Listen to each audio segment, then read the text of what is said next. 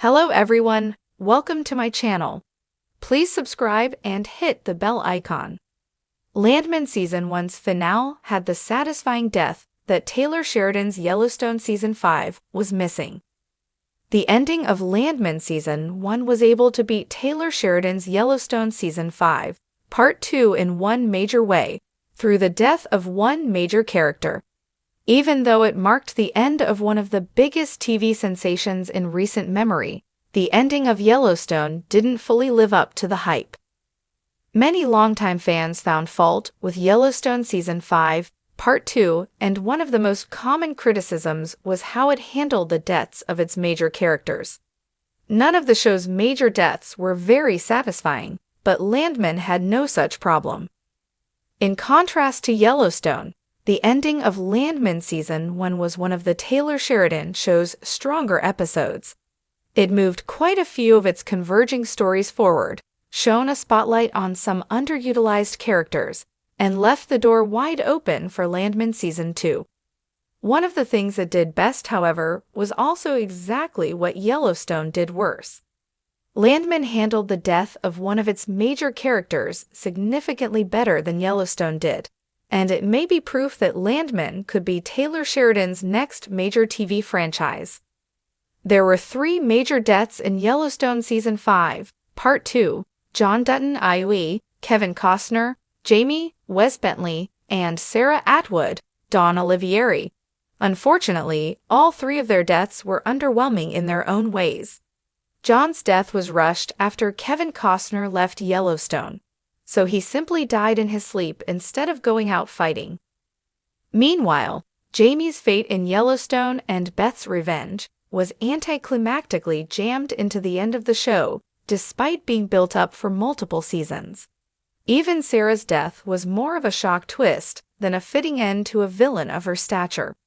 After making fans wait years to see how all of Yellowstone's intriguing plots could be satisfyingly resolved, the show floundered at the last minute. Instead of giving John a warrior's death, he was quickly and messily disposed of to make room for other characters.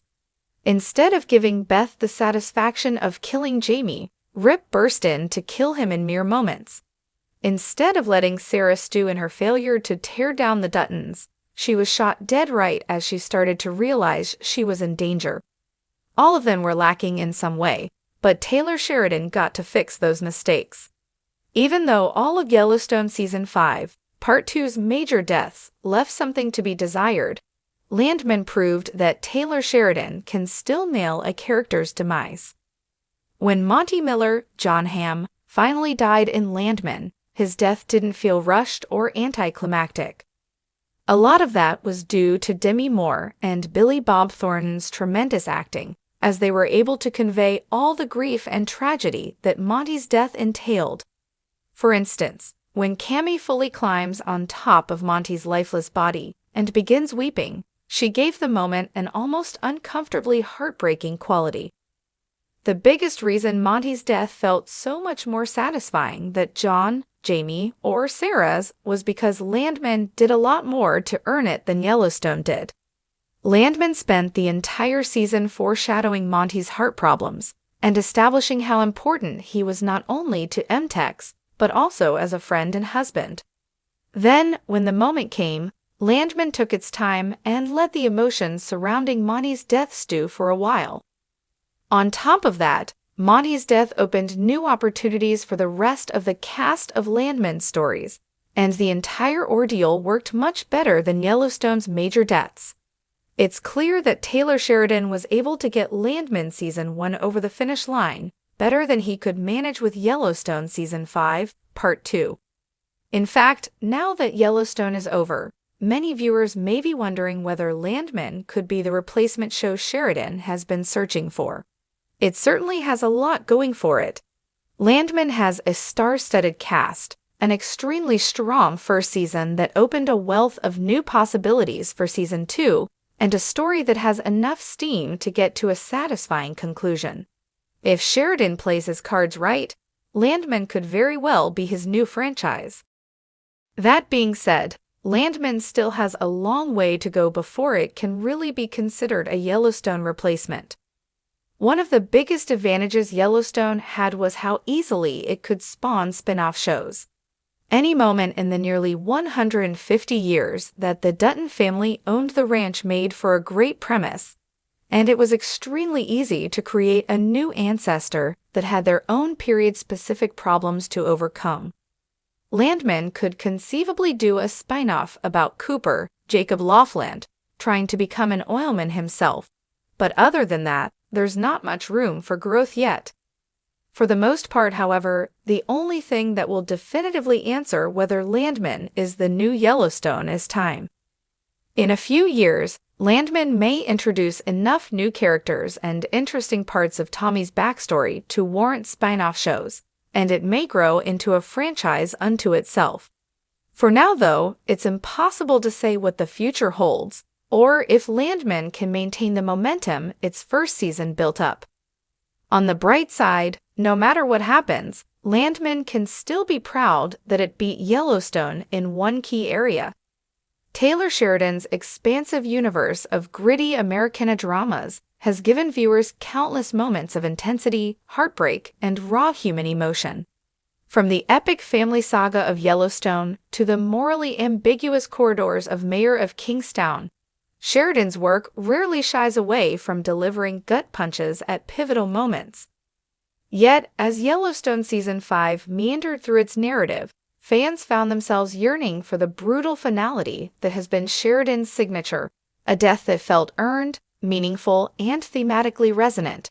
It was Landman, another Sheridan creation, that stepped in to deliver what Yellowstone Season 5 conspicuously lacked: a satisfying, consequential death that tied the story together with poetic justice. The weight of consequence in Landman. Set against the backdrop of the volatile Texas oil industry, Landman is a series that thrives on the interplay of ambition, betrayal, and survival. The finale of Season 1 delivered a masterstroke of storytelling with the death of Paul Brogan, a central character whose demise had been brewing since the pilot episode. Brogan, portrayed with charismatic menace by a seasoned actor whose performance will undoubtedly garner Emmy buzz, was the kind of character audiences love to hate. His ruthless climb to the top of the oil empire had left a trail of broken relationships, shattered lives, and ethical compromises. Brogan's death wasn't just a plot twist, it was a narrative inevitability. The finale orchestrated his downfall with meticulous precision, intertwining his fate with the moral dilemmas faced by Becky Landry, the protagonist. Becky's decision to expose Brogan's illegal drilling practices came at great personal cost, but it also underscored the show's overarching theme that the pursuit of power without accountability is a self-destructive force. Why Yellowstone Season 5 fell short.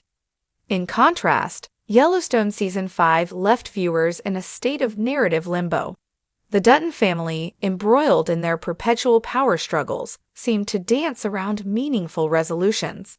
The tension between John and Beth, the ever-escalating feud with market equities, and Jamie's increasingly desperate schemes all simmered, but nothing boiled over. The season's most shocking death was, disappointingly, a peripheral character whose loss failed to ripple through the core dynamics of the story. Sheridan's strength lies in his ability to make death feel consequential. Think of the heartbreaking loss of Elsa in 1883 or the shocking executions in Sicario. These moments resonate because they're deeply tied to character arcs and thematic undercurrents. In Yellowstone Season 5, the absence of such a moment left a void, a missed opportunity to propel the narrative forward and deepen the emotional stakes. Brogan's death, a blueprint for stakes and resolution. The climactic moments of Landman Season 1 unfolded like a perfectly choreographed tragedy. After Becky's expose triggers a federal investigation, Brogan's empire begins to crumble. Cornered and desperate, he lashes out, attempting to silence Becky in a harrowing sequence that showcases Sheridan's flair for high-stakes drama. But Becky, embodying the resilience and grit that defines the show, turns the tables. The final confrontation ends with Brogan meeting his demise, not in a blaze of glory, but in a way that reflects the hollow emptiness of his relentless greed. This death resonated on multiple levels. It was cathartic for viewers who had witnessed Bruggen's transgressions. It served as a turning point for Becky, marking her transformation from a reluctant participant in the oil industry's machinations to a determined crusader for justice.